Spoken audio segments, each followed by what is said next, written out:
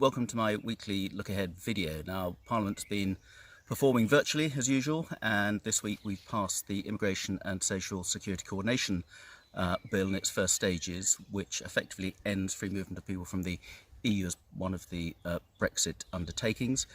We're also this week dealing with the Trade Bill, which effectively sets up new procedures for the UK to be able to negotiate our own trade deals after the end of the transition period at the end of this year. We've also published what's going to be known as the UK Global Tariffs, which is the new system of tariffs we will be using in the future, which actually sees a lot of tariffs disappear altogether and a lot simplified, at meaning lower costs to businesses and to consumers. All these are delivering on our Brexit undertakings. There's also some detailed but important stuff. The human tissue permitted material exceptions regulations going through this week, and this is all about the presumed consent of people to donate their organs in the future, which I've always supported, and this is giving greater detail about those exceptions to those default rules.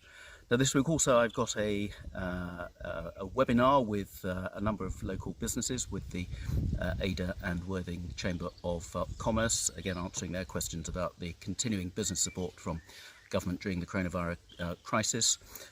And one thing I'm worried about, and I've had talks with the CCG, the head of Worthing Hospital and others recently, is the low number of people presenting at the A&E department or calling out ambulances.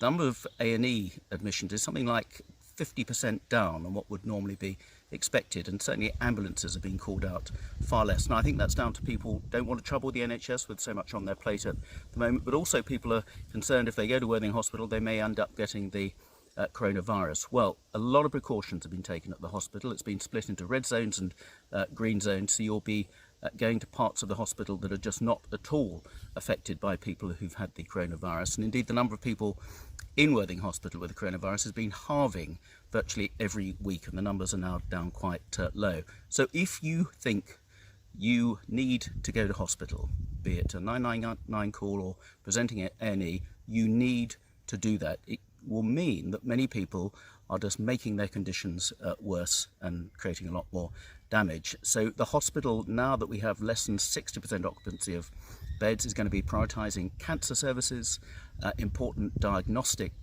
services, and also those long wait elective surgery operations where people have been waiting for a long time. So the whole of the health service is really opening up despite coronavirus still going on, and for goodness sake, take advantage of it.